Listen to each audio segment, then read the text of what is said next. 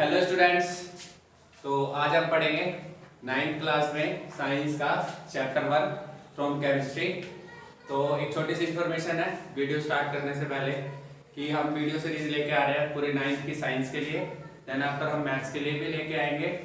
तो पूरे आपको वीडियोस अगर साइंस अगर आपको समझनी है डीप में तो सारी वीडियो को रेगुलरली आप देखते रहना। इसके लिए आप चैनल सब्सक्राइब कर लो, ठीक है। और अगर आपको फर्दर कोई डाउट हो तो आप कमेंट में भी हमसे पूछ सकते हो। प्लस में आप हमें फॉलो कर सकते हो इंस्टाग्राम पे द लर्निंग टेम्पल के नाम से हमारा वहाँ पर अकाउंट है।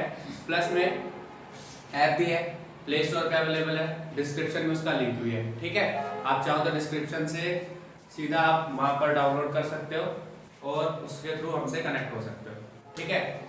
तो अब हम स्टार्ट करेंगे केमिस्ट्री का फर्स्ट चैप्टर। पहले हम केमिस्ट्री का फर्स्ट चैप्टर करेंगे, देन हम फिजिक्स का करेंगे और फिर उसके बाद हम बायो का करेंगे। तो अल्टरनेटिवली एक एक करके हम चलते रहेंगे। प्लस में हर वीडियो आपको जो नेक्स्ट वीडियो है वो हर 3 दिन बाद मिलेगी, ठीक है। तो मतलब हर 3 दिन बाद आपको वीडियो की जो सीरीज है जो हमारी चल रही है वो आपको रेगुलरली मिलती रहेगी, ठीक है। सो स्टार्ट करते हैं चैप्टर। तो ये है साइंस का चैप्टर 1, केमिस्ट्री का चैप्टर 1, जिसका नाम है मैटर प्रेजेंटिंग आवर सराउंडिंग्स, हमारे आसपास के पदार्थ, ठीक है। तो कंफ्यूज नहीं होना कि इंडियन इंग्लिश दोनों में लिख रखा है। हमारी जितनी भी वीडियो सीरीज आ रही है वो सब बाइलिंगुअल है अप टू 10th क्लास, ठीक है। तो बाइलिंगुअल है, इससे आप हिंदी वालों को भी प्लस में इंग्लिश वालों को भी दोनों को कंसेप्ट समझने में ईजी रहेगा, ठीक है। और बाकी आप इसके साथ साथ नोट्स जरूर प्रिपेयर कर लेना जो कि हेल्पफुल होगा, ठीक। और थोड़ा सा एक और आपको इन्फॉर्मेशन है कि ये जो हम पढ़ेंगे साइंस, ये आप कंपटीशन एग्जाम आफ्टर 10th जो फेस करते हो उसके लिए भी है, प्लस में जो साइंस लेने वाले हैं बच्चे उनके लिए भी है, ठीक है। इसमें हम एनसीईआरटी से थोड़ा सा ऊपर बढ़ के जाएंगे, ठीक है, हल्का सा डीप में जाके पढ़ेंगे और कोशिश करेंगे सारे के सारे कंसेप्ट क्लियर हो सके, ठीक। सो स्टार्ट करते हैं।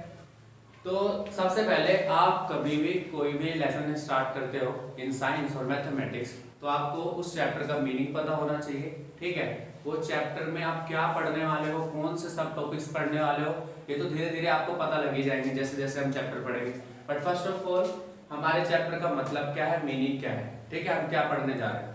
तो चैप्टर का आपको सीधा नाम दिख रहा है, matter present in our surroundings. तो यानी कि मैटर, हमें इसमें किसके बारे में पढ़ना है, मैटर, ठीक है। और हिंदी में अगर हम बोले हमारे आसपास के पदार्थ, ठीक है, यानी कि पदार्थ। तो हमें इस चैप्टर में मैटर के बारे में पढ़ना है, पदार्थ के बारे में पढ़ना है जो हमारे आसपास प्रेजेंट होता है। तो अभी सबसे पहला क्वेश्चन उठता है, व्हाट इज मैटर, मैटर क्या होता है, या हिंदी में बोले हम पदार्थ किसे कहते हैं। तो सिंपल, बहुत इजी कंसेप्ट है, सबसे इजी कंसेप्ट है साइंस का कि मैटर या पदार्थ किसे कहते हैं, कोई भी ऐसी चीज जिसका कुछ मास हो प्लस में जिसका कुछ वॉल्यूम हो, ठीक है। मास प्लस वॉल्यूम, मास यानी कि वेट से रेफर कर देते हैं, ठीक है, प्लस में वॉल्यूम, ठीक है। तो उसे हम क्या कह देते हैं, मैटर कह देते हैं। पदार्थ यानी जिसका कुछ द्रव्यमान हो तथा उसका कुछ आयतन हो तो उसे हम क्या बोल देंगे बेटा, मैटर बोल देंगे, ठीक है। तो anything that have some mass and occupies some space, space means आपका वॉल्यूम, तो उसे हम क्या बोल देंगे, मैटर बोल देंगे, ठीक है। तो छोटा एग्जांपल लेते हैं सो दैट कि आपको क्लियर हो जाए। तो हमारे आसपास जितनी भी चीजें प्रेजेंट होती है, एवरीथिंग इज मैटर। ये डस्टर, मार्कर, बोर्ड, मेरे स्पेक्स, इवन मैं खुद भी किस में काउंट होगा, मैटर में काउंट होगा, यानी कि पदार्थ में होगा। तो फिर ऐसी क्या चीज है कि जिसको हम पदार्थ नहीं बोल सकते, मैटर नहीं बोल सकते। अभी तो लगेगा सब कुछ मैटर है, बट फीलिंग्स, अगर हम बोले इमोशंस, तो क्या इमोशंस यानी फीलिंग, कि किसी को कोई गुस्सा आ रहा है, ठीक है, किसी को गुस्सा आ रहा है, किसी को प्यार आ रहा है, कोई दुखी है, कोई एकदम एक्साइटेड है, तो क्या वो मैटर में काउंट होगी, नहीं होगी, ठीक है, वो मैटर में काउंट नहीं होगी, क्योंकि ना उनका कुछ वॉल्यूम है ना उनका कुछ मास है, मतलब रियल वर्ल्ड में उनका कोई भी एग्जिस्टेंस नहीं। ठीक है, और एक एग्जांपल ले लेते हैं। ठीक है, सपोज चेयर है, तो चेयर क्या होगी, मैटर होगी। क्यों? क्योंकि इसका मास भी होता है और इसका कुछ वॉल्यूम भी होता है। ठीक है, तो इसका द्रव्यमान भी है और आयतन भी, हैवी भी लगती है और कुछ स्पेस भी ये घेरती है। अब नेक्स्ट है एक एग्जांपल और लास्ट, आप इसको जज करना खुद, देन उसके बाद हम देखेंगे कि क्या इसका मतलब होता है। ठीक है, अगर आपको कोई स्मेल आती है या एक थॉट आता है, स्मेल या फिर थॉट आता है यानी कि गंध आती है, गंध कैसी भी हो सकती है, और थॉट यानी कि कोई विचार आता है, तो क्या ये दोनों मैटर कहलाएंगे, यस और नो? ठीक है, सिंपली सोचो, आप अपने आप सोचो, स्मेल की कोई वेट मास कुछ होता है? नहीं। ठीक है, तो ये दोनों भी मैटर में, पदार्थ में काउंट नहीं होंगे। तो अब आपको क्लियर हो गया होगा मैटर किसे कहते हैं, पदार्थ किसे कहते हैं और किसे नहीं कह सकते हैं। ठीक है, तो अभी हमने समझ लिया मैटर या पदार्थ किसे कहते हैं, और इस चैप्टर का नाम ही क्या है हमारा, matter present in our surrounding, हमारे आसपास के पदार्थ, यानी कि हमारे आसपास जो भी चीजें प्रेजेंट है उनको इस चैप्टर में हम क्लासिफाई करेंगे और डीप में समझेंगे कि क्या चीजें होती होंगी, कैरेक्टरिस्टिक्स क्या क्या हो सकती है।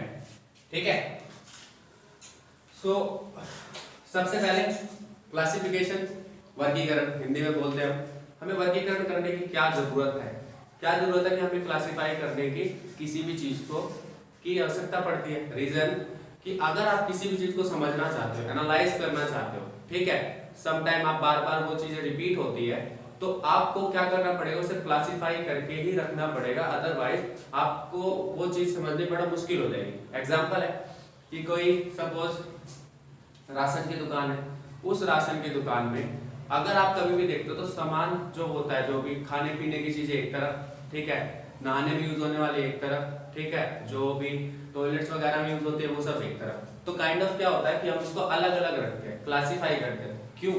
क्योंकि अगर आप उसको अरेंज नहीं करके रखोगे तो समटाइम अगर कोई सामान लेने आए तो आप ढूंढोगे कहाँ है, कहाँ नहीं है, तो क्या होगा, आपका एनालाइज करना क्या हो रहा है, मुश्किल हो रहा है। इसीलिए हम चीजों को क्लासिफाई करते हैं, वर्गीकरण करते हैं, सो दैट कि इजीली हम उसे एनालाइज कर सके, समझ सके।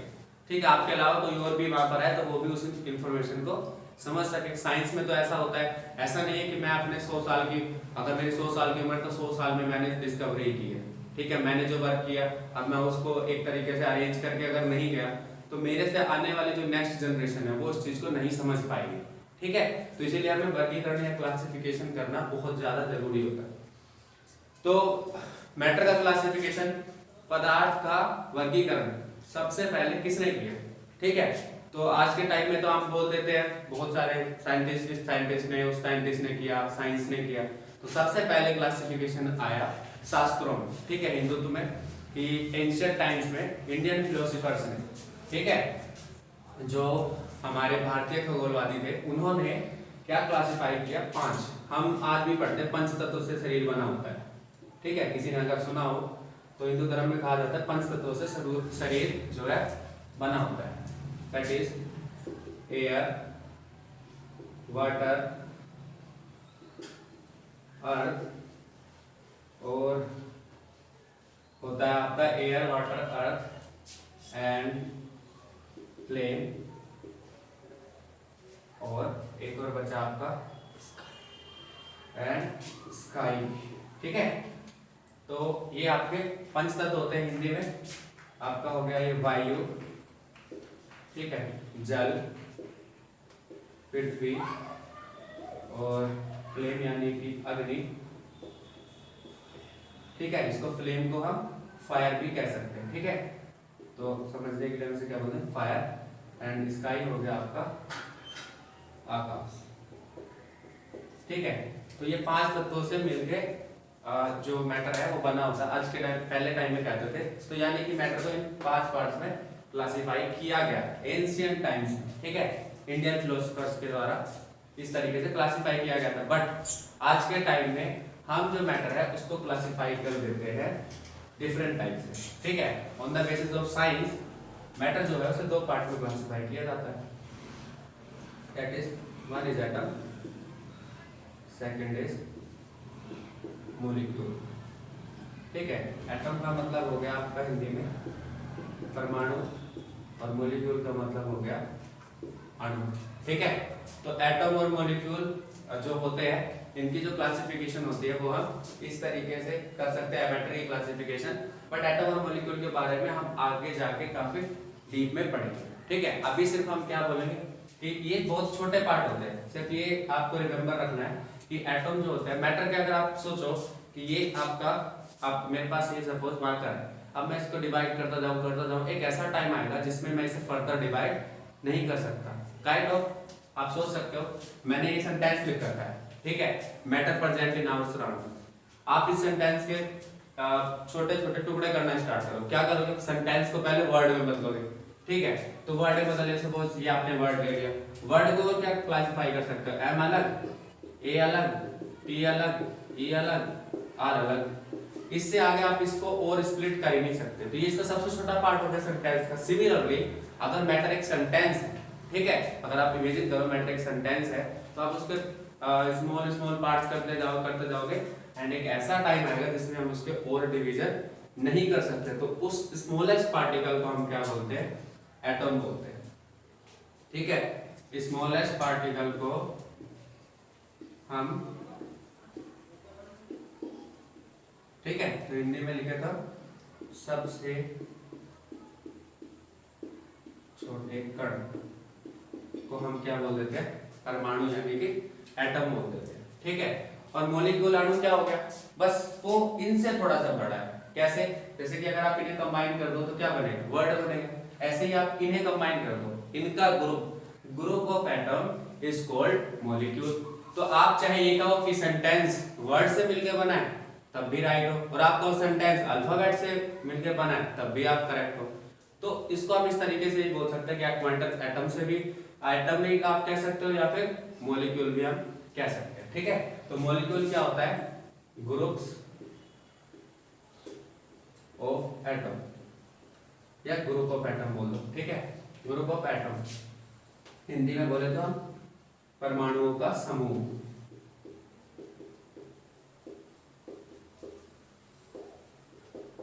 परमाणुओं का समूह मॉलिक्यूल यानी कि अणु कहलाता है। ठीक है, तो ये हो गया आपका मैटर, हम इतने पार्ट्स में डिवाइड कर सकते हैं। तो इसका आप ऐसे भी अंदाजा लगा सकते हो कि अगर आपके पास शुगर है, शुगर यानी कि चीनी है, अब आप उसको पानी में डिसोल्व करो, अब उसको डिसोल्व करोगे करते करते क्या होता है कि वो इतने स्मॉल पार्ट में स्प्लिट हो जाता है कि आप उसे नेक्ड आई से मतलब देख ही नहीं सकते।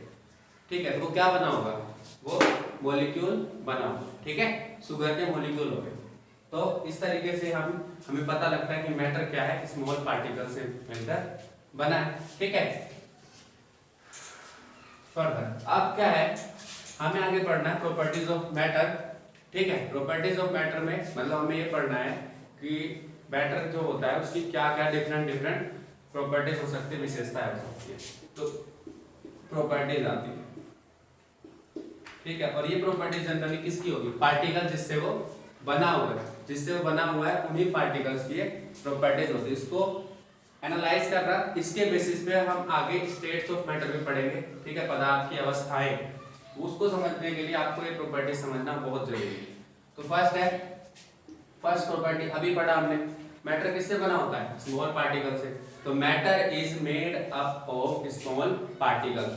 ठीक है, आप इसे राइट डाउन भी कर सकते हो नोटबुक में कि matter is made up of small particle. First property है कि जो आपका पदार्थ होता है वो छोटे छोटे कणों से, यानी कि छोटे छोटे कण बोले या परमाणुओं से मिलकर बना होता है। ठीक है, तो मैटर जो होता है वो स्मॉल पार्टिकल से मिलकर बना होता है।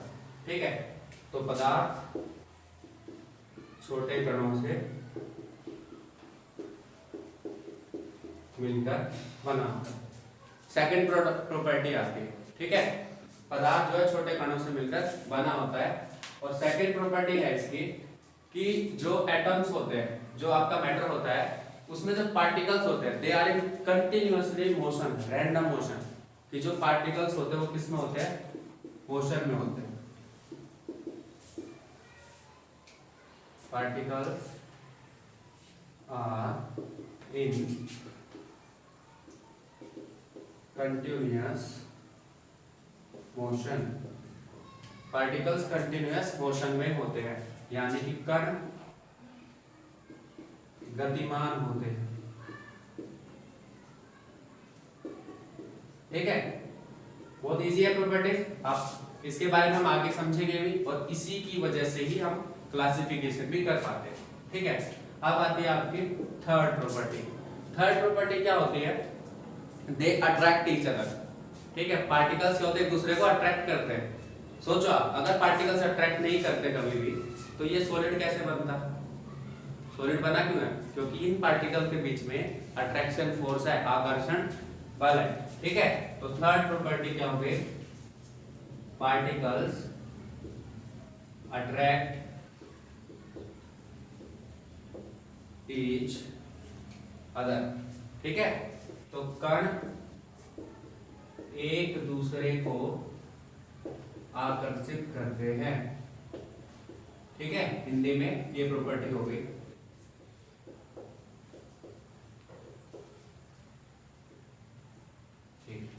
लास्ट प्रॉपर्टी बचती है फोर्थ प्रॉपर्टी जो है। फोर्थ प्रॉपर्टी क्या है कि जो आपके पार्टिकल्स होते हैं वो उनके बीच में गैप प्रेजेंट होता है। गैप कैसे? आप इजीली गैस को देख सकते हो। गैस इज अ मैटर, क्योंकि गैस का भी वॉल्यूम, वेट होता है, वॉल्यूम होता है। ठीक है, इसी वजह से जैसे एलपीजी सिलेंडर आता है, आजकल ऑक्सीजन, कोविड चल रहा है तो ऑक्सीजन का जो सिलेंडर आ रहा है तो वो भी क्या, उसका भी मास है, स्पेस ऑक्यूपाई कर ही है वो। तो क्या होता है, आप देख सकते हो गैस के बीच में से निकल सकते हो आप। क्या सॉलिड के बीच में से निकल सकते हो? नहीं निकल सकते। ठीक है, आप देखो ये आपका क्या कहते हैं, बोर्ड है। अब मैं मिस्टर इंडिया तो हूँ नहीं कि गायब हो जाऊंगा या सोन परिवहन के इसमें से आधा हाथ इधर निकाल दूंगा, इधर वापस आ जाऊंगा। तो क्या होता है, इससे क्या पता लग रहा है कि आप गैसेस के बीच में से हमेशा निकलते रहते हो। अगर आप इमेजिन करो कि बबल्स हैं यहाँ बहुत सारे, गैस को अगर गैस के पार्टिकल आप बबल की तरह समझो तो वो बलून्स की तरह है जो आपको सपोज विजिबल हो जाए एक टाइम के लिए। हम बड़े बलून्स मान के चल रहे हैं सो दैट कि आपको समझने में इजी हो, और आप उसके बीच में से हमेशा निकलते रहते हो, और वो क्या होता है, इधर उधर चले जाते हैं। जैसे आप उससे टकराओगे इधर चला जाएगा। होता है ना, कभी किसी को, अगर किसी ने मूवीज में देखा हो, सरप्राइज किसी को दिया हो तो होता है पूरे फर्श में हम बलून फैला देते हैं और उसके बाद उसको लात मारते चलेगा। ठीक है, तो यानी कि मैटर के बीच में क्या होता है, गैप प्रेजेंट होता है। Gap in between the particles, कणों के बीच में खाली स्थान होता है। ठीक है, तो ये हो गई आपकी फोर्थ प्रॉपर्टीज। ये हमारी प्रॉपर्टीज खत्म हो गई। ठीक है, अब इस प्रॉपर्टीज के बेसिस पे हम आगे पढ़ेंगे। ठीक है, तो मैटर का इतना पार्ट खत्म है। आपको समझ में आ गया कि हमें क्या पढ़ना है। ठीक है, प्लस में मैटर क्या है ये समझ में आया। हमने डीप नॉलेज ली कि मैटर जो है उसको कैसे क्लासिफाई किया गया, आज के टाइम में हम उसे कैसे क्लासिफाई करते हैं, और ये प्रॉपर्टीज सबसे मेन प्रॉपर्टी है। ठीक है, ये पूरा चैप्टर इन्हीं प्रॉपर्टी के बेसिस पे चलता है। इसको काइनेटिक थ्योरी ऑफ गैसेस भी बोल देते, इसके बहुत पहले दिया गया था। काइनेटिक थ्योरी ऑफ पार्टिकल्स भी बोल देते, कहीं पे बुक में ऐसा लिखा हुआ है। तो उसके बेसिस पर ये पढ़ो। ठीक है, तो अभी आज के लेक्चर में हम यही पढ़ेंगे। कोशिश करेंगे कि मोर देन 3 लेक्चर्स किसी भी लेसन के ना हो। ठीक है, तो बाकी अब हम नेक्स्ट लेक्चर में पढ़ेंगे। कोई आपको डाउट हो तो आप कमेंट्स में हमसे पूछ सकते हैं, या फिर ऐप के थ्रू या फिर इंस्टाग्राम पर भी पूछ सकते हैं।